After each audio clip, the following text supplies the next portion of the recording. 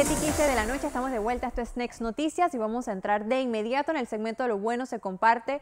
Y es que, como les había adelantado, hoy 25 de abril se celebra el Día Mundial contra el Abuso Infantil. Y para eso está con nosotros Emilia Smith, ella es psicóloga de la Fundación Relaciones Sanas. ¿Cómo estás, Emilia? Bienvenida. Bien, gracias, Carolina. Un gusto estar aquí con ustedes hoy. El gusto es mío. Emilia, tienen una campaña que es Si el cuarto hablara. Cuéntanos un poquito de qué se trata esta campaña tan importante.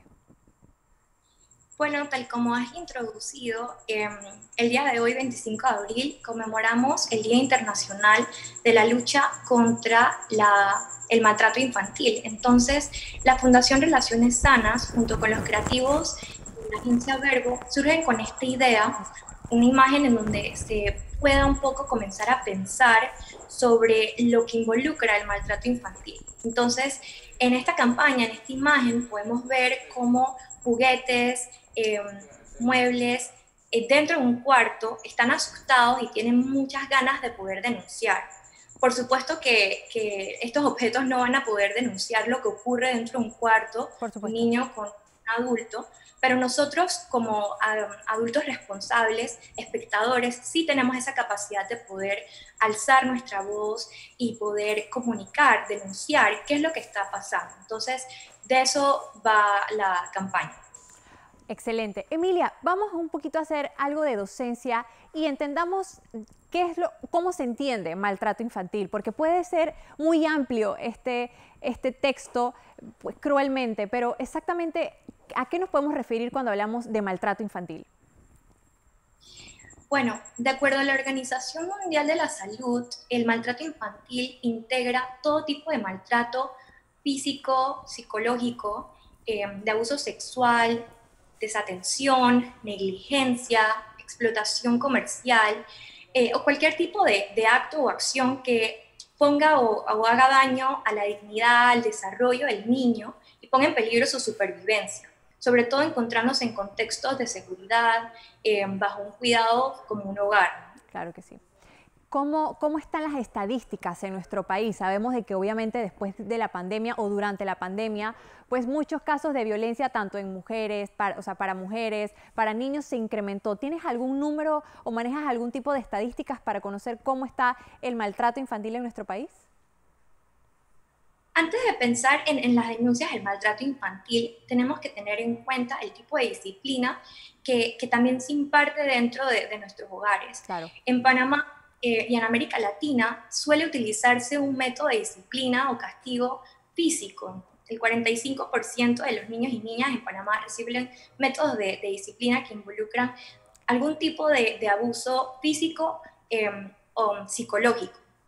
Entonces, durante la pandemia comienzan a proliferarse casos de maltrato infantil, tomando en cuenta que para la protección de enfermarnos, resfriarnos, contagiarnos del virus del COVID, surgen medidas en donde tenemos que mantenernos en casa. Entonces está el aislamiento, que comienza a acercar más a los niños, a las niñas, a estos posibles victimarios, ¿no? Exacto. De esta manera comienzan a incrementarse los casos. Entonces podemos ver que en Panamá el maltrato o la denuncia más observada, de acuerdo a estadísticas del Ministerio Público, es el de la violencia doméstica, que durante los meses de la pandemia Se incrementó. aumentó. Exacto, se aumentaron los casos. Y en segundo lugar tenemos el delito del maltrato al niño, que aumenta en un 32%, teniendo en cuenta que en el 2020 existían unas denuncias de 620 casos, y Wow. en el 2021 pasa a 830. Y es algo que se sigue pues contemplando hasta hoy. Wow, qué impactante. Ahora, Emilia, sé que es un poco difícil esta pregunta que te voy a hacer, pero ¿cuál consideras tú que es la causa de estos abusos? En realidad sí es una pregunta pues compleja, pues integra diversas aristas, ¿no? Sí. Tenemos que tomar en cuenta toda esta parte gubernamental, la parte del respeto al derecho de los niños, las niñas, los adolescentes, y tener en cuenta políticas públicas que velen por su seguridad y por su bienestar. También está la parte de las entidades como lo son el CENIAF, entre otras entidades públicas que acogen estas denuncias y que deben de alguna manera poder responder asertivamente. Muchas veces, siendo este un caso delicado, pues integra, como se dijo anteriormente, temas relativos a la sexualidad, al maltrato físico. Es un tema difícil de comunicarse. Entonces eso hace que muchas veces nosotros como espectadores, ya sea que escuchamos a un vecino, tenemos en cuenta algún compañero, un familiar, nos cuesta poderlo poner en palabras y transmitírselo mucho más a una entidad pública, porque nos vemos un poco vulnerados, ¿no? Pero hay que poder armarnos de valor y poder informar. También está la parte de la familia, ¿no? Todo este tema de los padres, las madres, y no solamente ellos, sino los cuidadores primarios. Integramos también al personal docente en las escuelas, en las comunidades, que deben de poder tener las herramientas suficientes para poder acoger este tipo de acciones y saber a dónde recurrir para que se dé un cambio, ¿no? Eso que mencionas, Emilia, es muy importante porque precisamente conozco el caso de una niña que sufría abuso en su casa. El papá pues le pegaba tanto a ella, a su hermanita y a su mamá. Y esta niña de tan solo 12 años fue y se lo comunicó a los directores del colegio. Los directores del colegio, no sé cuál es el método que se debe hacer, no sé cuál es el proceso para hacerlo. Supongo que ellos tampoco sabían. Lo que hicieron fue hablar directamente con los padres y hoy en día la niña está en un reformatorio en Estados Unidos. La mandaron, le quitaron el celular, le quitaron toda la comunicación posible y la niña escribió una carta al colegio donde decía: mi mayor temor es que mi papá le empiece a pegar más seguido a mi hermanita que se quedó con ustedes, o que se quedó en Panamá. Entonces es muy importante que los docentes o los directores del colegio sepan bien cuál es el proceso cuando un niño, cuando le llega algún tipo de denuncia de algún estudiante.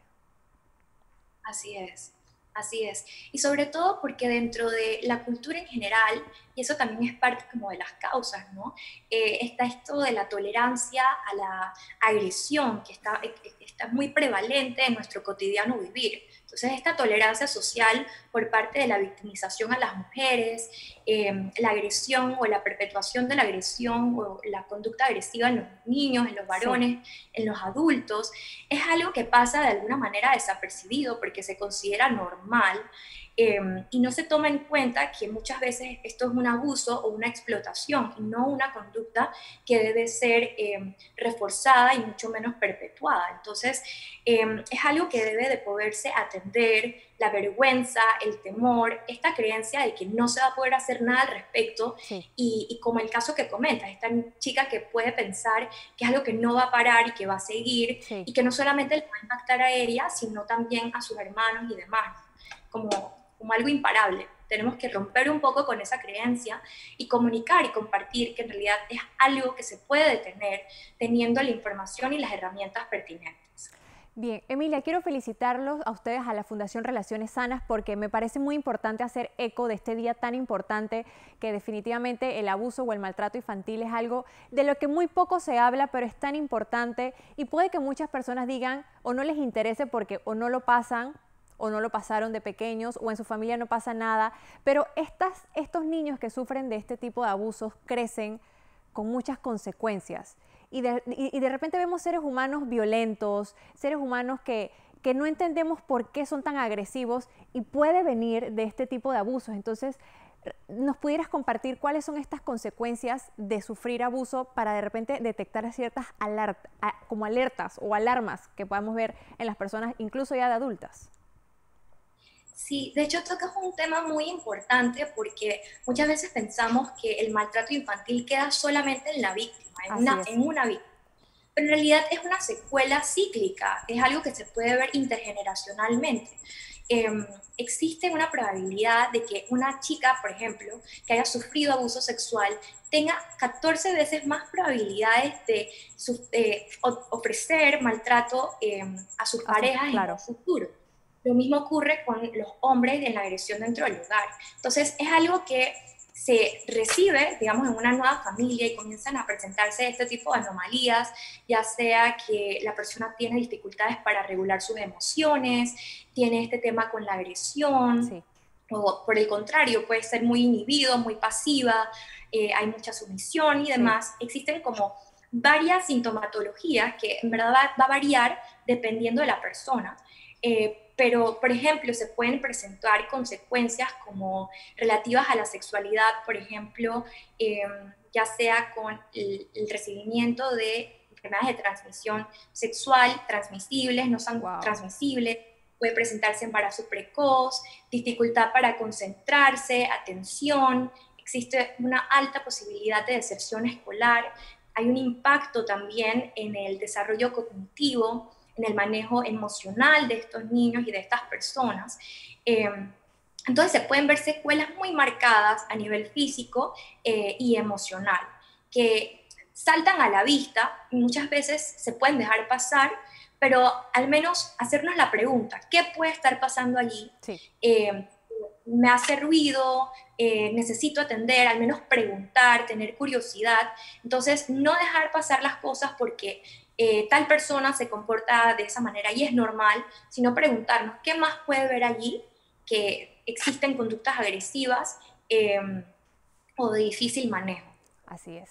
Emilia, ¿dónde podemos hacer eco o podemos denunciar este tipo de abusos o maltratos? Podemos acudir, por ejemplo, a la Policía de la Niñez y la Adolescencia, al 104. También está el tema del CENIAF.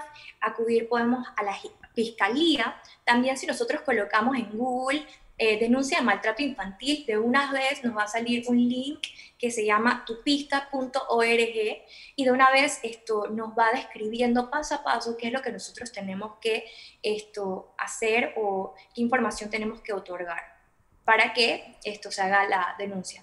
Ahora, Fundación Relaciones Sanas tiene del 25 al 30 de abril, o sea, esta semana, esta campaña que es Si el cuarto hablara, ¿cierto?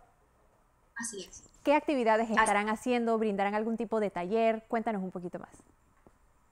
Bueno, vamos a contar con diversos espacios durante la semana, como estos, que muchas gracias, en verdad reitero, por habernos ofrecido el espacio, para poder hacer eco, ¿no? de esto que es tan importante, poder al menos sembrar la semillita de conversar al respecto.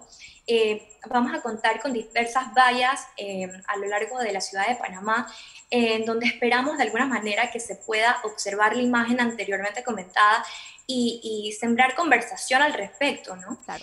También vamos a tener otras oportunidades, conversatorios, artículos a publicar durante esta semana. Perfecto.